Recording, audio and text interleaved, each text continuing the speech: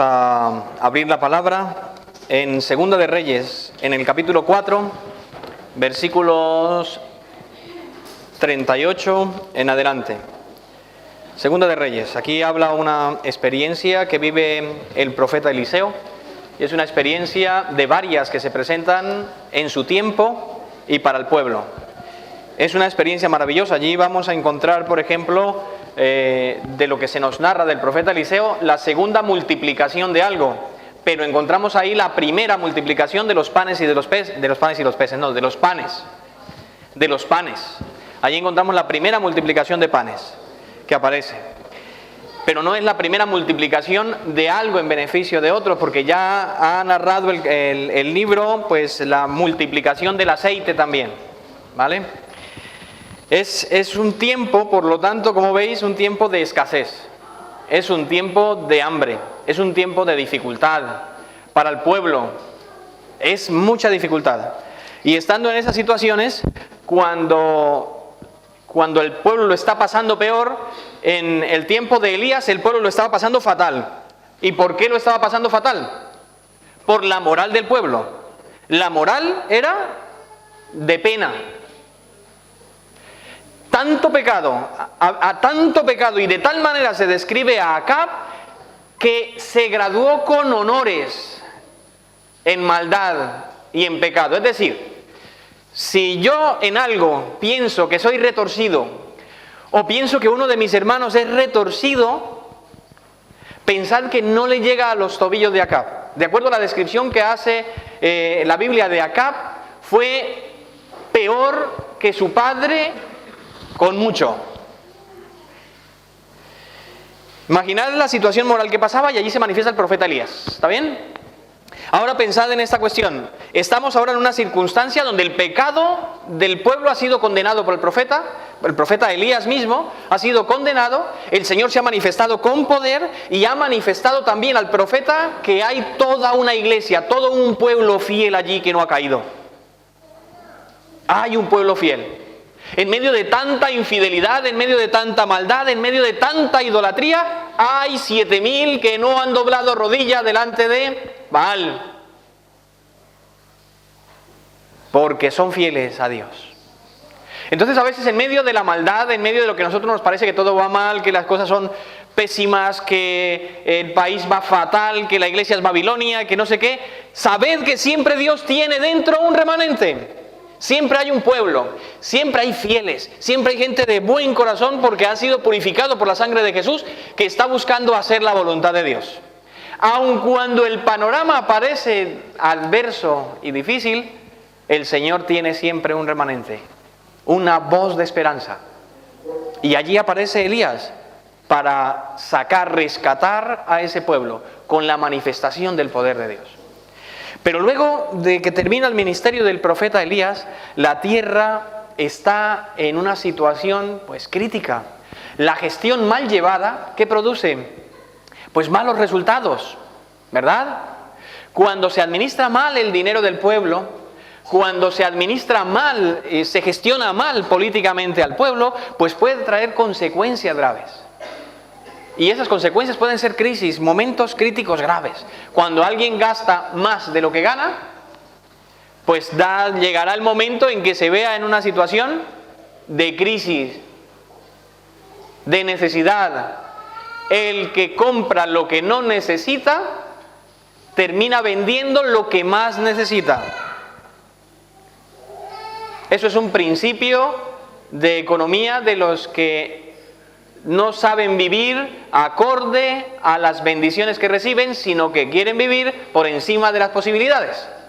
Los que no han aprendido o no hemos aprendido a vivir lo que dice el apóstol Pablo: sé conformarme con lo que tengo. Y entonces, cuando esto es a nivel macro, cuando esto es a nivel nacional, pues el pueblo llega a verse en una ruina semejante: crisis, hambre y necesidad. Pero para los fieles, como la viuda, que se narra en el capítulo 4 mismo, para los fieles como la escuela de los profetas, o los mismos hijos de los profetas, el Señor hace una provisión siempre especial. Y aquí hay uno de esos casos, que es donde quiero que reflexionemos esta mañana un poco. Versículo 38. En esa circunstancia, como hemos visto, se presenta Eliseo. Dice, Eliseo volvió a Gilgal cuando había una gran hambre en la tierra. Imaginad las circunstancias. Gran hambre, gran necesidad.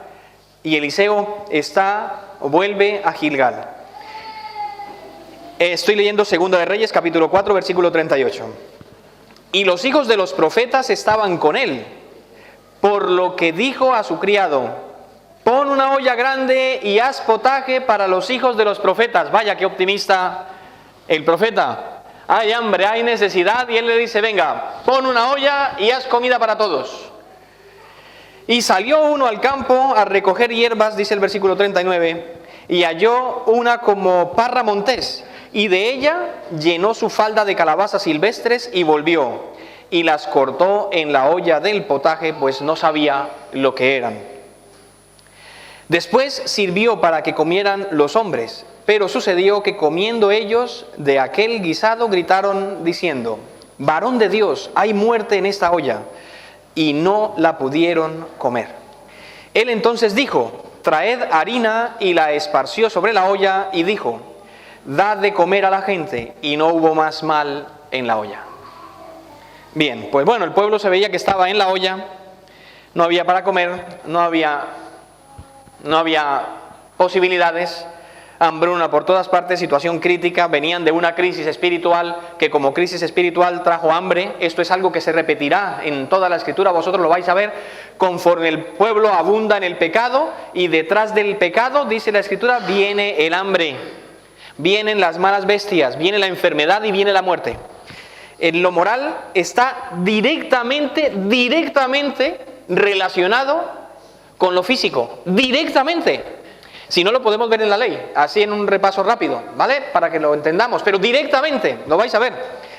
El árbol del conocimiento del bien y del mal tiene un principio moral. ¿Cuál es? No comerás de él. Tiene también un principio físico. ¿Cuál es? Una realidad física, comer, alimento. Pasamos de ahí, llegamos a Éxodo 20, Levítico 11. Las dos leyes están dadas para santidad. Levítico 11 dice, para que seas santo. Esto está dado para que seas santo. No es solamente una cuestión de alimentación, es una cuestión de santidad, de obediencia, de justificación. En Levítico 11. Y Éxodo 20 nos habla de la moral, es decir, la ley de Levítico 11. Levítico 11 dirá, esta es la Torá, para que sepas lo que debes comer y lo que no debes comer, para que sepas discernir.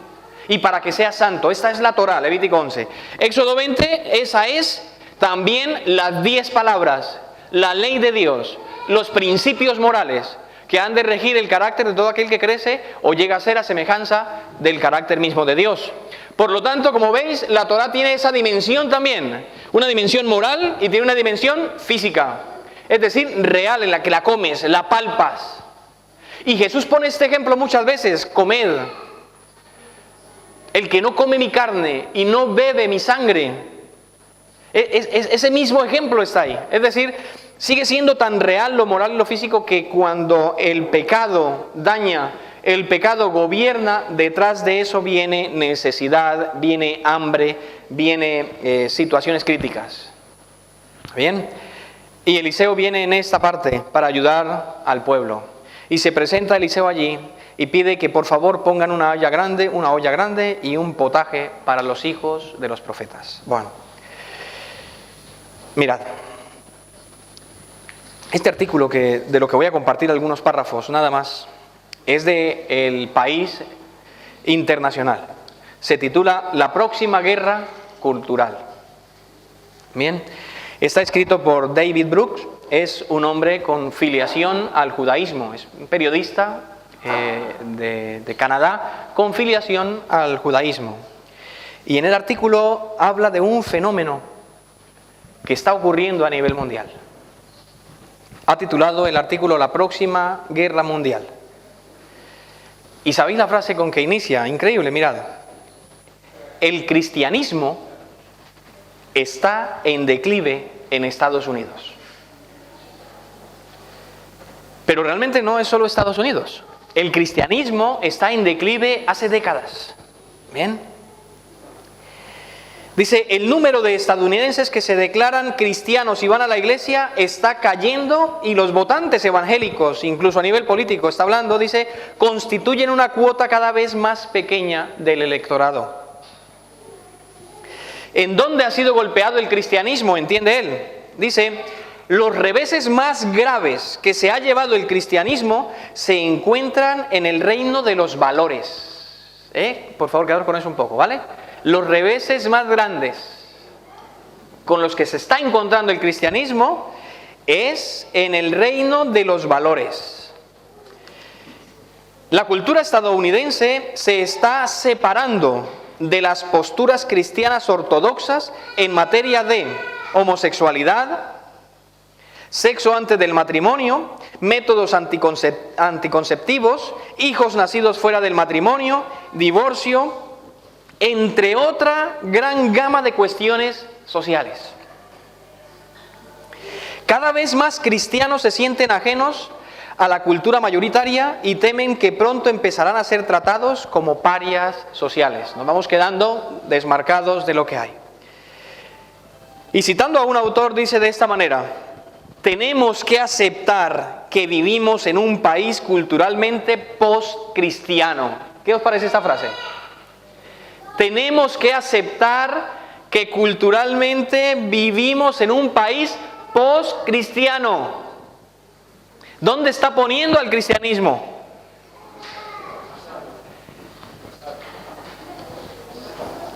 Y dice así: las reglas fundamentales de las que han dependido los cristianos durante mucho tiempo ya no existen. Esto lo está diciendo un periodista, lo está diciendo un periodista con filiación al judaísmo, y lo está diciendo un periodista en un periódico internacional, en El País en su versión internacional. Es un artículo suyo. Es decir, la visión que está dando es una visión de que la iglesia realmente está perdiendo sus valores. Tremendo esto. Tremendo que tenga que venir alguien de fuera a decirnos: lo estáis haciendo mal, estáis perdiendo los valores fundamentales de la religión, os estáis yendo por donde no debéis.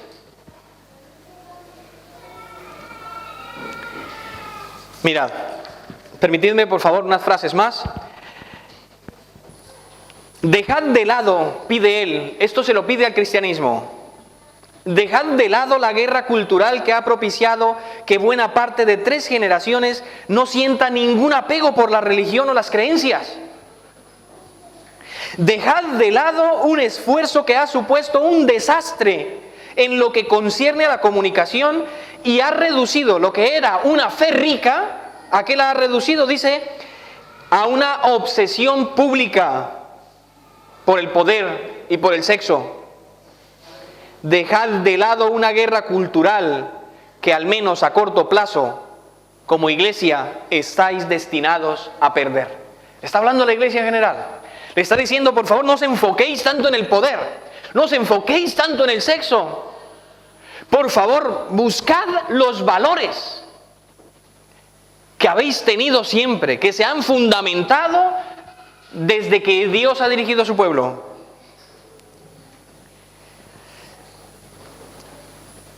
Y hablando en un párrafo final, hablando de respecto al diálogo que debíamos tener y que se ve perdido en las circunstancias en las que estamos, dice así, dice, muchos jóvenes crecen en un contexto sexual y social que se ha vuelto bárbaro porque no hay normas. Muchos adultos anhelan unas vidas rígidas, he leído mal. Muchos adultos anhelan unas vidas regidas por el bien y la relevancia, pero carecen del vocabulario espiritual con el cual reflexionar. Y sigue, claro. Este artículo me hace reflexionar, no sé a vosotros, me hace reflexionar en que se supone que nosotros somos un pueblo que conoce los valores, ¿no? Un pueblo que vive los valores. Somos un pueblo a nivel internacional que se tiene como misión la predicación del Evangelio, pero no solamente de viva voz, sino una moral que pretende y que busca por la asistencia del Espíritu Santo ser intachable, ser íntegra.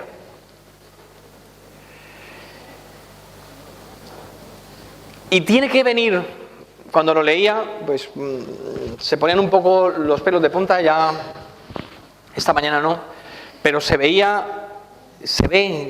me doy cuenta, venir una persona de fuera, reflexionar y decirle a la iglesia: oye, ¿dónde vais? La esperanza de la sociedad sois vosotros. Si hay alguien que puede entender, eso lo dirá en más párrafos, si hay alguien que puede entender los valores de familia, sois vosotros. Si hay alguien que puede entender los valores de la sexualidad, sois vosotros. Si hay alguien que puede entender lo que es ser una persona íntegra y aportarle bien a la sociedad y dialogar con términos espirituales correctos, adecuados, enriquecer, mejorar, elevar la sociedad, sois vosotros. Entonces va a pedir en el artículo que nos dejemos, le dice a todo el cristianismo: dejaros de pelear por el poder, dejaros de pelear por si esto es bueno, si esto es malo. Habla incluso de decir: no os metáis donde el Estado se mete, es una batalla que vais a perder. No empecéis a ir contra el Estado si es por la homosexualidad o si es por esto, lo vais a perder, porque el Estado, regido por el poder del mal, impondrá las leyes que quiera. No se trata de lo que el Estado hace, se trata de lo que tú vives. Ese será el ejemplo en valores que mejor pueda presentarse.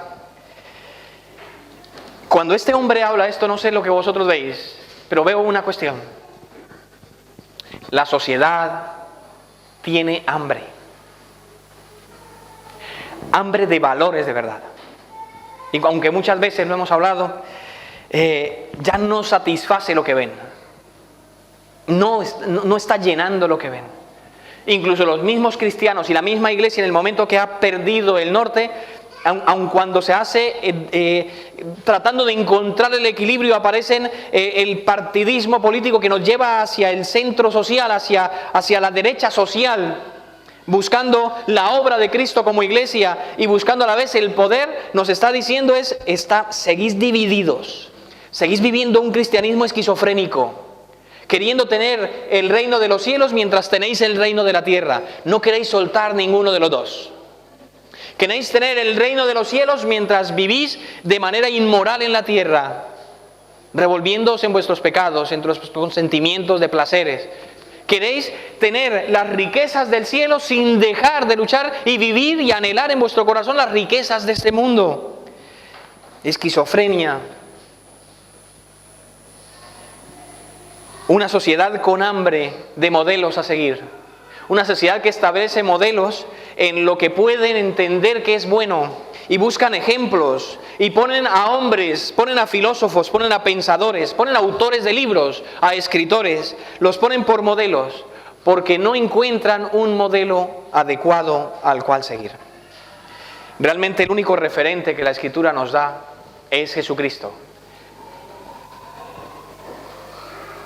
Él, cuando habla con Nicodemo, le dice: cuando el Hijo del Hombre sea levantado, a todos atraeré a mí mismo. Jesucristo es el modelo a mirar, Jesucristo es el modelo a seguir. No hay hombre sobre la tierra, no hay político sobre la tierra, no hay poder sobre la tierra, no hay dinero sobre la tierra que pueda darnos aquello que en el fondo todos estamos buscando: verdaderos valores. Y en el capítulo que leíamos de Segunda de Reyes, me muestra una cuestión. Eliseo es el que está allí. Eliseo está allí. Y Eliseo, viendo el hambre que hay, entonces dice a su siervo propiamente, y él envía a uno de los hijos de los profetas, pero dice a su siervo: pon una olla grande y haz potaje para los hijos de los profetas. Pon una olla grande, es decir, él está diciendo, en medio del hambre, tú que eres mi siervo, pon una olla para dar de comer a los que no tienen. Vuestra vida y la mía es es parte de esa olla. A la vez que siervos somos olla. A la vez que siervos somos alimento. A la vez que nosotros vamos a buscar el alimento, a la misma vez nosotros somos el alimento que mucha gente toma. ¿Qué alimento toman de nosotros? El siervo dice, salió al campo a recoger hierbas y halló una como parra montés. Y llenó su falda entonces de calabazas silvestres y volvió y la cortó y las puso en la olla, hizo el potaje. No sabía lo que era. Después sirvió para que comieran los hombres, pero sucedió que comiendo ellos se dieron cuenta que estaban envenenadas. A la vez que siervos que ponemos olla somos comida, ¿qué tipo de comida somos? Esa es otra reflexión. ¿Somos calabazas silvestres pero no sanas? O sea, calabazas envenenadas. Somos calabazas que aquel que tiene hambre, cuando la busca para comer, para saciar su necesidad, cuando la abre, cuando la cocina, con la esperanza de hallar aliento, ánimo, un punto de referencia adecuado, un consejo adecuado, una ayuda adecuada, un ejemplo adecuado, cuando abre la calabaza lo que se encuentra, o cuando come la calabaza lo que se encuentra es, hay veneno en la olla. ¿Qué es el veneno? Desde luego nosotros entendemos que cuando el Señor crea todo, dice, todo es bueno. ¿Y de qué manera? Gran manera, todo es bueno. Y todo lo que había era agradable a la vista y bueno para comer. Todo bueno para comer. El pecado trajo destrucción, trajo daño, trajo contaminación. Y en esa contaminación el pecado afecta a la naturaleza también, afecta a los animales, afecta a las plantas, afecta a la tierra, así lo revela la Escritura, y afecta desde luego, que es el primero que lo sufre, al ser humano. Calabazas envenenadas, el pecado en el ser humano, el pecado en aquel que aparenta ser calabaza, el pecado en aquel que crece en una parra. Imaginad que nuestra iglesia de Vigo es como una parra. Parra era el término que utilizaba allí, ¿verdad? Como una parra montés, sí, una parra. Y está lleno de calabazas. Y entonces tan lleno de esas calabazas, de esos calabacines, en el comentario bíblico se habla que eran como especie de pepinos. Bien, pero la traducción dice de calabazas, ese tipo de calabazas o calabacines, como lo queramos ver, envenenados, ¿no? Imaginad qué tipo de calabaza hay, qué tipo de alimento es el que se ofrece. Está enriquecido en los valores que la Escritura nos dice, es decir, la ley de Dios sigue siendo hoy la norma de mi vida, puede ser el resumen de mi vida, el mío, ¿vale? Esto lo digo yo cada vez que termino mis oraciones personales. No sé si alguna vez os lo he contado. Esto lo repito yo, Luis Carlos Rueda. Cada vez que termino mis oraciones personales, cada vez que oro por cada uno de vosotros, cada vez que enfrentamos una situación de iglesia en la que tenemos que avanzar o que tenemos que hacer algo y que tenemos que seguir adelante, cada vez que afrontamos situaciones difíciles también conmigo mismo, de mi vida, en mi lucha y en mi tratamiento delante de Dios para superar mis defectos de carácter, para adquirir la imagen perfecta de Cristo Jesús, cada vez que como padre también tengo que atender las necesidades de mi hija, de Laura, o de mi hija, de Alejandra, o de mi esposa, el relacionarme con mi esposa, en mi mismo ser, en mis mismos defectos de carácter, en mi misma imperfección, termino cada oración clamándole al cielo de la siguiente manera: yo quiero, hermanos, que el resumen de mi vida, el mío, sea esa expresión de David que dice: el hacer tu voluntad, oh Dios, me ha agradado, y tu ley está en medio de mi corazón. Tal vez todavía haya en mí, de calabaza silvestre, todavía haya en mí algo de venenos, tal vez, y estén ahí, y tal vez alguna vez alguna persona quiera coger algo de mí, y lo que ve de mí no es lo mejor, y entonces mira y muerde un poco y trata de comer y dice: hay veneno en la olla. Tal vez en vosotros, tal vez en alguno de vosotros haya también veneno en la olla. Tal vez el pecado haya contaminado nuestra vida de tal manera que todavía no seamos plenamente sanos, puede ser.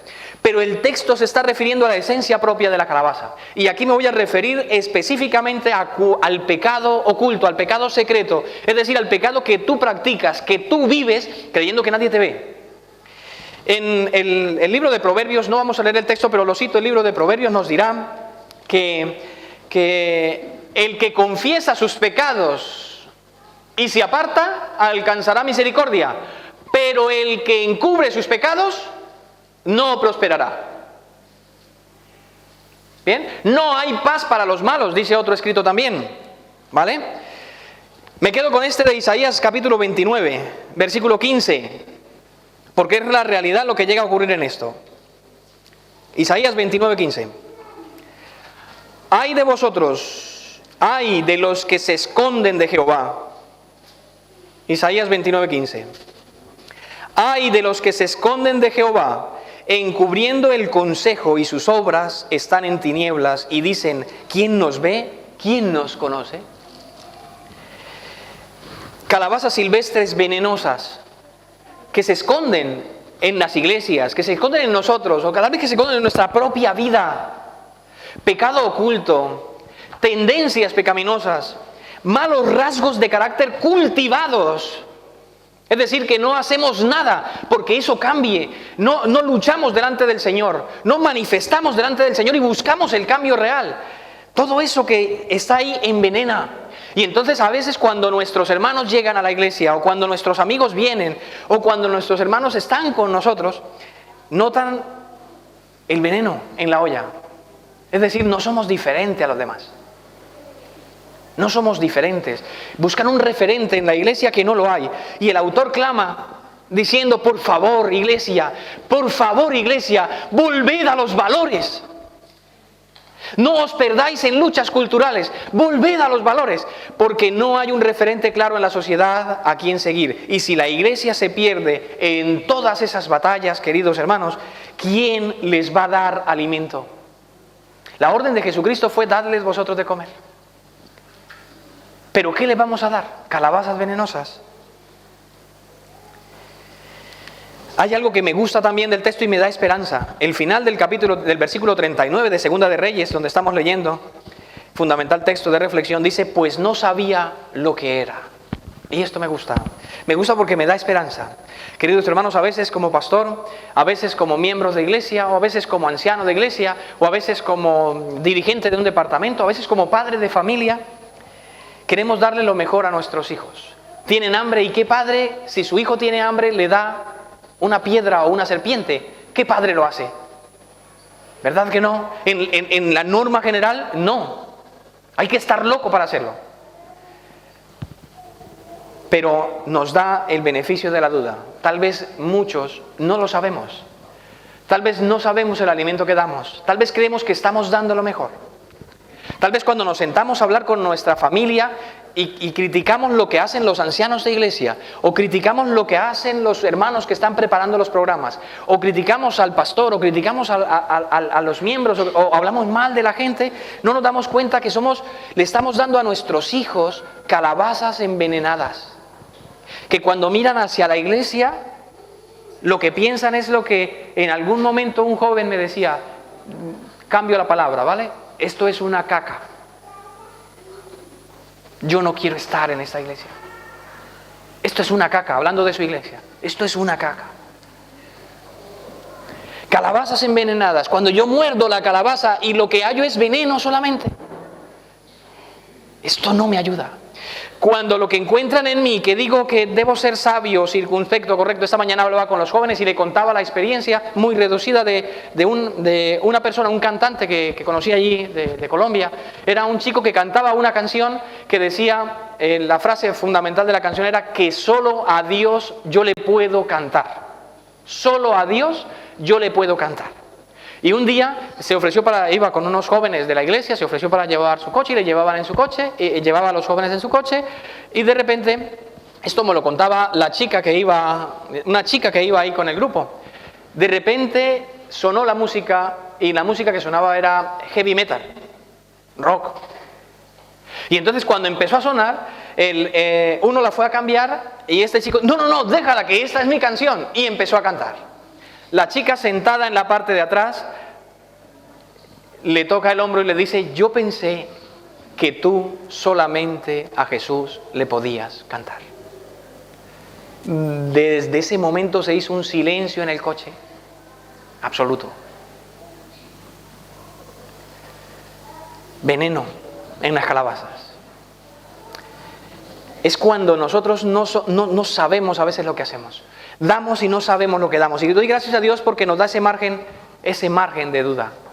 Queridos hermanos, tal vez vosotros y yo no sabemos lo que hacemos cuando nos sentamos a hablar con nuestros hijos. Tal vez vosotros y yo no sabemos a veces lo que hacemos cuando presentamos un programa. Puede ser. Tal vez pueda ser también que no sabemos lo que estamos haciendo cuando utilizamos un vocabulario soez en nuestro trabajo.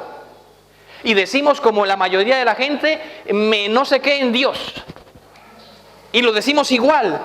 Pero y entonces tal vez el que mira dirá, ¿y qué diferencia hay entre creer y no creer? ¿Qué es ser creyente hoy?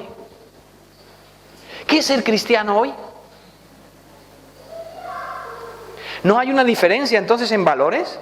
¿No hay una diferencia entonces en conceptos? ¿No hay una diferencia entonces en familia? Entonces, ¿qué está pasando a ser la iglesia? ¿Un partido político? ¿Está pasando a ser la iglesia qué? ¿Un ejercicio de política mismo en sí? ¿Qué está pasando a ser la iglesia? ¿Un club de reunión social? ¿Un desfile de modas?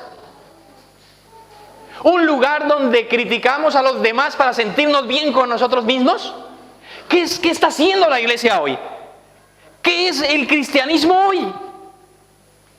Esto me ha invadido últimamente, hermanos, esto me está llenando últimamente en la reflexión de si nuestra sociedad tiene hambre, ¿qué es el alimento que nosotros le estamos dando? Debemos ofrecerle un poco más sano.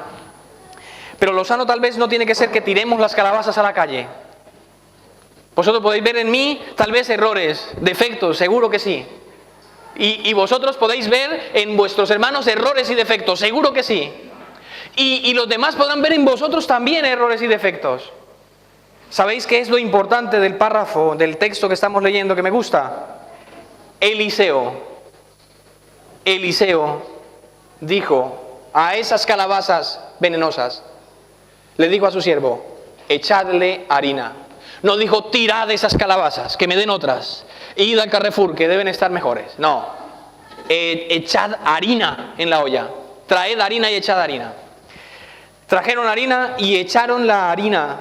Y entonces se les sirvió a todos y todos comieron. Esto, lección importante. En la imperfección que tú tienes, tú, Óscar, tú, Serafín, en la imperfección que tú tienes, Margarita, en la que tú tienes, María, en la que cada uno de vosotros tiene, por favor, tú, Emilio, tú, en la imperfección que tú tienes, en la imperfección que tú tienes, Esther, Rubén, en la imperfección que tú tienes, que vosotros, cada uno de vosotros, en la imperfección que yo tengo, cubierto por la harina, me libera del poder contaminante del veneno y me hace alimento puro. Por favor, no pidamos que nuestros hermanos que están en pecado, que viven tal vez, no sé decirlo públicamente, o sea, no lo sé porque cada uno de vosotros lo sabe, que tiene malos rasgos de carácter, que está dañado, simplemente se vaya. El hermano será el que decida irse, será el que no decida irse, o será el que decida permanecer en pecado y la iglesia tenga que hacer lo que tenga que hacer. Pero en cuanto a si queremos ser alimento, el Señor dice, aunque estés con veneno, yo te puedo sanar. Y hay muchos rasgos de pecado. El espíritu de Satanás, el veneno de Satanás entra de muchas maneras. Entra, como vosotros lo sabéis, en todos los frutos que se llaman los frutos de la carne. Envidia, odio, venganza, pleitos, contiendas, hechicería, dice Gálatas, vanagloria, orgullo, estima propia. Todo esto es veneno que va en nosotros, pero no lo podemos quitar. Tal vez unos tienen más veneno que otros, tal vez tienen 3, 4 venenos, cada vez la calabaza puede ser más dura, tal vez algunos que tienen raíces de pecado, tendencias pecaminosas con las que no luchan y a las que no le piden a Dios ayuda, entonces son todavía más venenosas. Se necesita de la harina del cielo, porque si no la calabaza no puede ser comida. Por lo tanto, la harina representa, de acuerdo a la palabra, al pan, representa a Jesucristo, representa el alimento. La harina, en Levítico, en el capítulo 5, miradlo, capítulo 5, y versículo 11, Levítico capítulo 5, versículo 11, dice: para toda persona que en su labor de petición de pecado, para expiación del pecado, no tiene con qué cubrir el pecado, no tiene ni siquiera para dos palomos, ¿vale? No tiene para 2 palomos ni siquiera, mira lo que dice el texto. Mas si la persona no tuviere suficiente para 2 tórtolas o 2 palominos, el que pecó traerá como ofrenda la 10ª parte de un efa de flor de harina para expiación, como 3,5 kilos de harina para expiación. El reino de los cielos a precio de rebaja. Carla, ¿qué te parece? ¿Cuánto vale el reino de los cielos de acuerdo a ese texto que hemos leído? ¿Cuánto? 3,5 kilos de harina.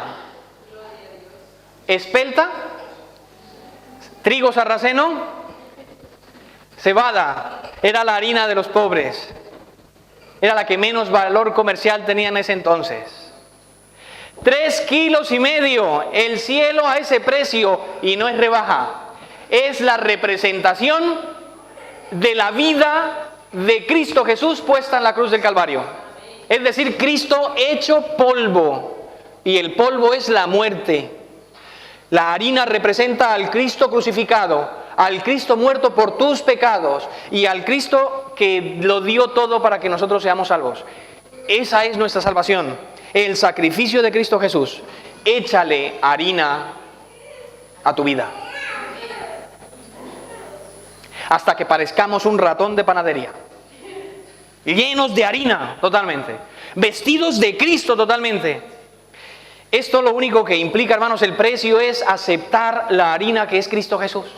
Es ir a Jesús para que nos dé su harina, es decir, pidámosle a Dios perdón, el reconocimiento personal, sin justificación, por favor, por la crítica, por la envidia, por el odio, por el rencor, por todos los pecados que haya en nosotros.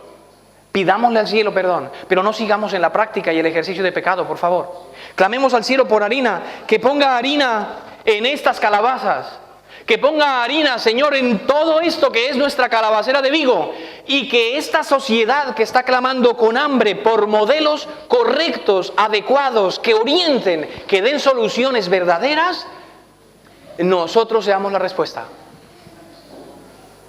Que nosotros seamos la respuesta. No nos critiquemos como calabazas a nosotros mismos, porque todos tenemos errores, todos tenemos fallos, todos nos dañamos. Todos llevamos algo de veneno por el pecado. Vosotros los lleváis y yo lo llevo. No esperéis un pastor perfecto, porque si lo esperáis estáis equivocados totalmente. No lo vais a tener. Eliseo. Eliseo es, el nombre significa Dios salva, o Dios es salvación. Ese es Eliseo. Dios es salvación. Eliseo podemos representarlo en nosotros como profeta del cielo, o podemos representarlo directamente en Dios. Dios es salvación. Eso es lo que nos está diciendo el texto. Y qué bonito sería esto, hermanos. Yo sé que vosotros, cada uno piense, reflexione, por favor, en lo silvestre que es, en lo tal vez poco nutritivo que puede ser, o lo muy nutritivo que puede llegar a ser, o que está siendo. Y que el Señor te ayude en ese camino si lo está haciendo, a través de la oración, a través del estudio, a través de la formación profesional, de la formación bíblica, de la formación en cualquiera de sus ramas, en todo conocimiento, el cambio de carácter, las vivencias, el ejemplo que estamos dando. Eso es importante que lo seamos, que nada en el interior nos acuse, que estemos dando lo mejor de nosotros, lo estemos poniendo delante del Señor, con poco veneno o con mucho veneno, pero que esté ahí en la olla. Y que cada día la palabra de Cristo como harina, en la confesión de nuestros pecados y la entrega de nuestro ser delante de Él, produzcan de nosotros un potaje que alimente a esta sociedad. un potaje que alimente a nuestros hermanos, un potaje que alimente a nuestros hijos, que necesitan modelos en nosotros correctos, que necesitan modelos adecuados. Y en medio de este tiempo de hambre, por lo tanto, qué bueno sería que Eliseo volviera a Gilgal. El texto dice, el versículo 38, dice: Eliseo volvió a Gilgal cuando había una gran hambre en la tierra. Hoy, este artículo que he leído, os digo la fecha exactamente, julio 5, del 2015. Julio 5 es reciente, ¿vale? Julio 5 del 2015.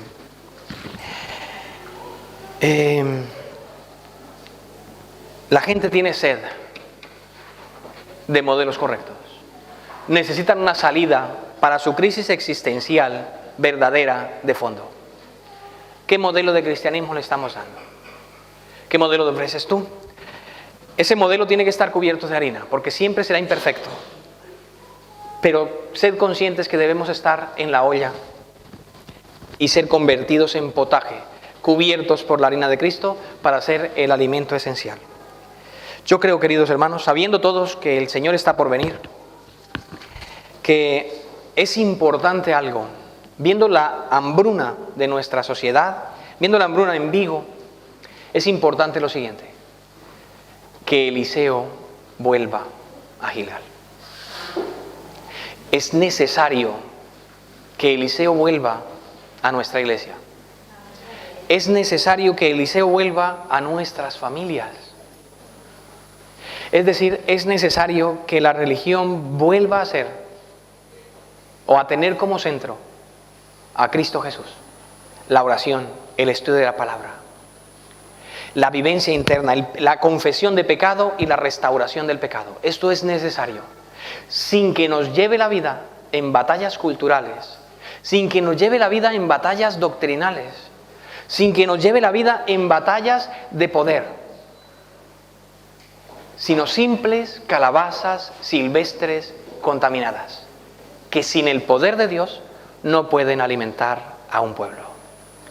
Y de esta manera, cubiertos por Cristo Jesús cada día, no salgáis, dice Mente, Carácter y Personalidad, no salgáis a trabajar cada mañana sin haberos puesto en las manos de aquel que puede ser bendición para vosotros y convertiros en bendición para los demás.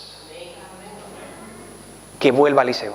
Clamo al cielo porque Eliseo se haga presente. En la reflexión, como vosotros lo podéis ver, quiero preguntaros: ¿hay algo en vosotros? ¿Sentís en vosotros? ¿Hay en el interior esos rasgos de veneno tal vez que pensáis que deben ser cambiados? ¿Hay algo en vosotros? Ya no sé en qué rama, vosotros lo sabéis, ¿vale? En la rama, en la tendencia pecaminosa. Ya no sé si es por tendencia, práctica de pecado, o si es de manera puntual un mal rasgo de carácter que no lográis vencer. ¿Hay algún rasgo? ¿Hay alguien que quisiera clamarle al cielo esta mañana: Señor, yo deseo que ese mal rasgo de carácter sea transformado? Yo deseo entregártelo a ti, Señor, hoy una vez más. Deseo que hoy sábado yo sea lleno de harina. ¿Hay alguien que quisiera entregar ese mal rasgo de carácter? Amén. Yo quisiera que os pongáis en pie. Si alguien lo siente, que lo va sintiendo de corazón, que lo siente. Hay alguien que siente que es veneno, que aún involuntariamente está siendo veneno, que utiliza mucho el sarcasmo, mucho la crítica, mucho las indirectas para decir cosas que aparentemente no quiere decir, o la broma, y detrás de eso dibuja las cosas para decirlo. Eso que está dentro, que no es más que veneno del mal, que no es más que contaminación de nuestras calabazas, y que están impidiendo que nosotros seamos no solamente alimento puro y limpio, sino estamos impidiendo tal vez también que los que tienen hambre coman alimento verdadero. Pues, queridos hermanos, vamos a hacer una oración, vamos a orar al cielo porque el Señor nos convierta aunque calabazas silvestres, en alimento puro, limpio, bendecido por su poder, un modelo y comida para aquellos que padecen de hambre. No dejemos morir a los nuestros de hambre. Que el Señor nos ayude a ser un buen y perfecto